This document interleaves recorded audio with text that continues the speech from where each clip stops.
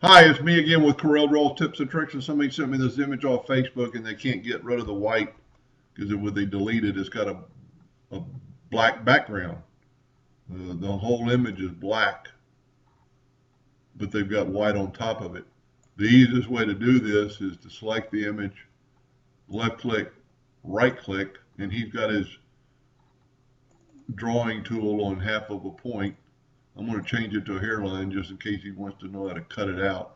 And then just take your Smart Fill tool and fill that in.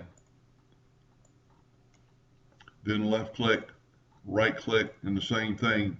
It's a half a point. If you're going to cut this out, you need to change it to a hairline. Now, all these pieces are one piece now, and you can play with them no matter where you click on it, it's going to grab the whole thing.